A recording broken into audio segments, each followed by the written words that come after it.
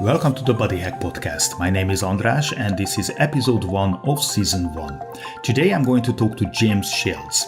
James is the director of the Athlete Center, or TAC, and he has multiple gyms in Oxford and one in Transylvania in Romania. Now, before we dive into the art and science of fitness, I'd like to play you the Atmos. What is an Atmos? The Atmos is a short soundbite, let's say 10-second long, that podcasters and sound engineers are recording when they are having a production on location, but they are recording it without the dialogue. So they have a very clear sample of the background noises, and they need the background noises because they want to filter them out either completely or just partially once they are working with the interview in post-production. So let me play you the Atmos just outside the gym where we were recording this first interview.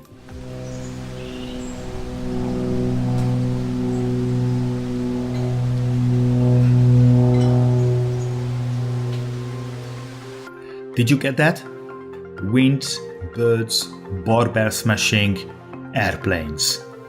Now, this mix of urban and rustic noises is the perfect fingerprint for Osni Meet, and not only for the location but also for the atmosphere inside the gym. The members, the athletes, the competitors, the coaches, you really find this urban comfort but also this rustic, relaxed atmosphere. You will find out soon enough why. We will also find out why Thor and Hulk are struggling in the gym, but first we are talking about the 5th anniversary of TAC, which is coming very soon in 2018 October. So tell me a little bit about year 6. What can we expect? New gyms, new coaches, new programs, new mindset? I think to a certain degree, all of the above. We've got plans for 2 new sites. So we're looking to open an athlete centre, Whitney, which is where Whitney, for those who don't know, is a sort of smaller town, probably about 10 miles outside of Oxford, as well as a second site in Oxford. Let's be a bit more specific. So we are here. Actually, the background noise that everyone can hear is the Osni gym. Yep. So what do you mean by the other side of the city? So we're more kind of Cowley side. So there's an athletics track there called Horsepath Athletics Track, where Oxford City Athletics train. So that'll be where we're going to be based. So we're literally going to be based on the track, run out the doors, run around the track, which makes our 400 meter runs very easy. Like, great location for the summer if we want to do any events and things like that. So you talked about the Oxford location, you talked about the future Whitney location. By the way, when is that opening? Whitney will be early January. So I think our hope is the 8th of January will be our open day. And the other gyms? So we've got an athlete centre in Didcot, which again is kind of 10 miles outside of Oxford, more towards Newbury. And then we have athlete centre Westbury, which is Wiltshire, sort of around sort of Bath, Bristol area. We've got an affiliate gym which is in Romania, in a small town, depending on whether you're Romanian or Hungarian. Romanians refer to it as Mercuria Ciuc, and Hungarians Cicșărida. So because our sort of friends there are Hungarian, it's the athlete centre Cicșărida. I'm Hungarian myself. Yep. I'm a member of the Oxford gym. Yep. And when I come down, I have very often, and everyone has very often, this common conversation. Where are you from, right? Because it's a very international audience. Yeah. There are people here from Mexico and Scandinavia and Greece and from everywhere, Montenegro and so on. Is this very typical of Oxford, or the other gyms look also very similar? No, very different. So if we take, I think across the board, if we take Didcot, Westbury and Cicșărida, it's local, generally locals. If you walk into Didcot, 90% of the members have known each other since they were young, or everyone knows each other. Someone new joins, they know at least a handful of people who are members there. I'm sure it's the same at Westbury. I don't obviously spend as much time there just because it's a little bit further away.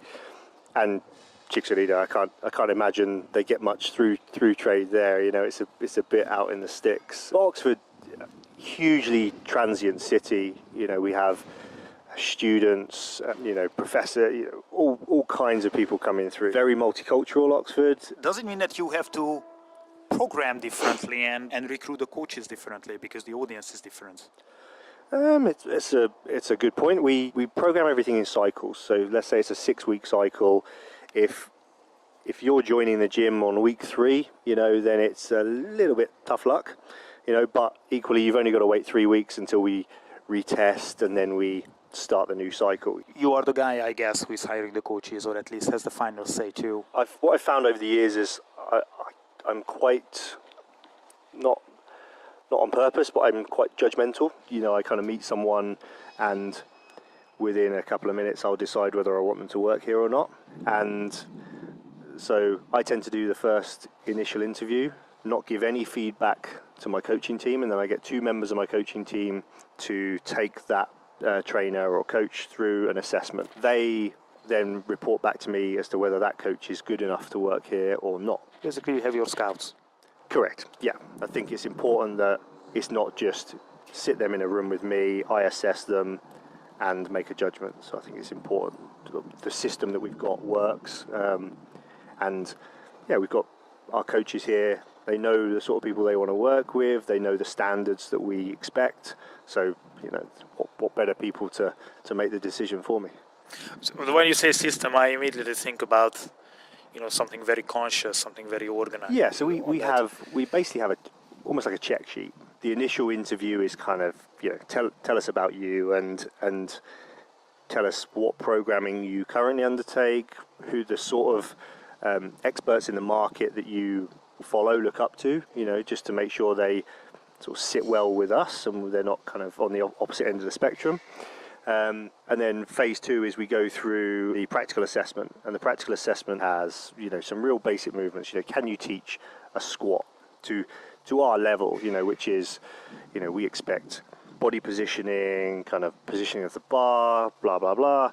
But there'll be a check sheet on that as to make sure they cover all those areas. Obviously if they miss off one aspect, then we cue them on, okay, so where would you expect the person's weight to sit in relation to their feet, for example. So we'll cue them to get the answers from them. If they just don't know, then, we tend to say, right, go away, research this, and then maybe come back and have another go in 6 months. How hard is it to find the right coach? Harder than you might think. I think there's a lot of good coaches out there. What I would say to any coach coming kind of straight from their course is go and get some experience. Nothing wrong with going to a commercial gym and gaining some experience in that setting. Build up a client base. Had a bit more experience, learned a bit more, come to a facility like us and apply your trade there. We don't set the bar really, really high. We just have basic expectations. We can kind of teach you the rest and mold you the rest of the way, but you have to know the basics. And we're still stunned at how many people don't know the basics. So if you would have to put numbers on it? I think over the years we've probably had 40 coaches apply to work here, and I think we've taken on 7. Now that was something that you just said, that there's no problem if you go to a commercial gym, no problem if you are building up your clientele before you are coming here, which implies that you look at the commercial gyms more of as a... I see it as a stepping stone. For a good coach, I see it as a stepping stone. You'll be very hard pushed to find a commercial gym now that offers a really good deal for the coach. I mean, when I first sort of started my trade, I got a job in a big commercial gym, and the deal was I paid a rent, so I could do as many clients as I wanted. I paid a kind of £500 a month rent, and all my money was my own. And we had a really good coaching team. I think a coaching team that I would happily have working here. It was really diverse. We had people, experts in different areas. Everyone was doing well. So a client would come in and say wanted to work on powerlifting, and we had a really good powerlifting coach called Mark at the time. So it was, right, you want to do powerlifting, you go and see Mark. Then the powers that be changed the system, and all of a sudden you had this, this environment of what's best for the client turn into, well, now we're earning, maybe half what we were. So we need all the money we can get. So someone would come in and say, yeah, I'm here to do powerlifting. I've heard Mark's the guy. No, you want to come see me. I'm the guy for powerlifting. And it just changed the dynamics, and all of those coaches ended up leaving and kind of trying to go on their own, setting up their own things, I think with varying degrees of success, and it just doesn't work out for the coach. And I think, you know, for a startup, that's great. You know, if you're going to go there and find your first 10, 20 clients there, it's a really good system because there's no pressure on you to find that £500 a month. But every single one of those coaches will reach a point where they think, I'm doing 40 hours a week personal training and I'm earning £2,000 a month. If I take these to somewhere like the Athlete Centre, I can earn £4,000 a month. I think maybe a year ago or a year and a half ago, we had a chat, and you were just telling me at one point, just stuck with me, that sometimes you hear some of the quite enthusiastic athletes, some members, said that, oh, I will do level 1 training with CrossFit, I will get my certificate, and then I come back and I can work for you. And then you said that the answer is usually, no, you will not. No. Right? The answer is always no, you will not. It's always you will not. Okay, so tell me about this. So, I mean, you know, as the Athlete Centre, CrossFit is one of the things we offer. And I think, you know, you can have a good athlete member who thinks, oh, this is what I want to do. You know, I love training. This is what I want to do with my life. So I'm going to go and get my level 1. Then I'm going to come back and coach at this gym. And that is, you know, the unfortunate truth is there's a lot of CrossFit gyms out there that advocate that and will say, yeah, come and do your level 1, and then you're good enough after a 2-day course to go and train individuals in fitness and explosive movements under high intensity. And that's just not right. You know, these people have no experience of coaching. Yeah, they're good athletes. They kind of know what they're talking about. But being an athlete and being a coach is two completely different things. I'm going to take myself in this example. So I can perform gymnastic movements. I can perform muscle ups. I've never been really coached in how to do muscle ups. I've never been on a course to teach muscle ups. As a result, I can do them. I can get up there quite comfortably. I know the basics, but I would never stand here and say I'm a good athletic gymnastics coach, because I'm not. Olympic lifting's just as technical, if not more so. And again, you know, there's people out there that can clean and jerk 140 kilos, but they can put their body into the right position. But could they coach someone to put their body in the right position? Do they understand that, you know, lever lengths have a say in this as well, you know, and everyone's genetics are different, you know, everyone's body makeup is different. So, and I will never allow someone who's just a CrossFit level 1 to come in and start taking CrossFit sessions. So let's go through your team. Yeah. In terms of gymnastics, I would probably rate myself as the worst coach here. I would say the two stand out. We have Camille and we have Nick Smith. They know about all the progressions, you know, okay, we're going to take someone from a ring row to a pull-up, and then we're going to take them from a pull-up to a chest to bar, and then we're going to teach them kipping, and blah, blah, blah. And so those are the two standout gymnastic coaches I think that we have. So there is a message out for coaches that they are welcome as long as meet the standards, they are prepared, and you are welcome. Superhero movies, they are becoming more and more popular. Yeah. And, you know, what's kind of annoying me that they are always winning. Yeah. So, like, if they didn't have any weaknesses, but they just want to check it with a professional, that would be you. Yeah. So Incredible Hulk, yeah, weaknesses, and what would you design for Hulk? Hulk, I think we'd get him along to mobility classes on a Saturday morning. You know, big, strong guy. Probably doesn't need to come to our weightlifting classes. But yeah, if we can improve his mobility. She was talking to me about it. Situations, thinking he can do it all by himself. Let's just wait, because I think we are monitored. Oh no, the police are watching us. Or they are taking care of you as a veteran. Yeah. That's another thing. Could be Thor. Yeah. Almost gone. A little bit more.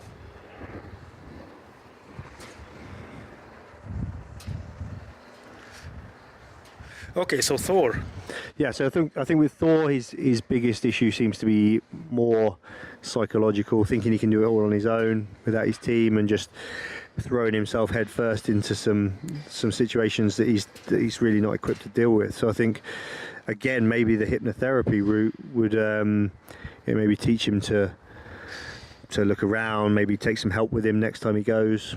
You know, But also, I mean, I don't mean to step on your toes, but Go ahead. now that you are talking about lack of team spirit, yeah, maybe he could work for a few months only in pairs or in teams of threes. absolutely. Yeah, Yeah. get him on. Sign him up for some team competitions. Who should be the teammate? So let's say if you would have to pair him up with, the choices, Yoda, Yeah, Thomas the Tank Engine, yeah. or the Predator. Who would be the best pair for? I think I'm going to go with Yoda. Yeah, I think just that calming sort of spirit and environment that he creates is going to help Thor. So, yeah, But Yoda. also there is a weightlifting question here, isn't it? Because theoretically it's only Thor who can lift his hammer, Yes. right? Yeah. But Yoda can do that thing with the power of the Force. Yeah. Yeah. Would he be able to lift it with the Lift force? it, yeah, exactly. That's a deep question. That's a deep That's question. a deep question. Isn't it? I think put that out to people to maybe put a poll out. Could Yoda use the force to lift Thor's hammer? Lift Thor's hammer, Yeah. I think that's an important question. I think we're much smarter now. Yeah. I think Thank so. you, James.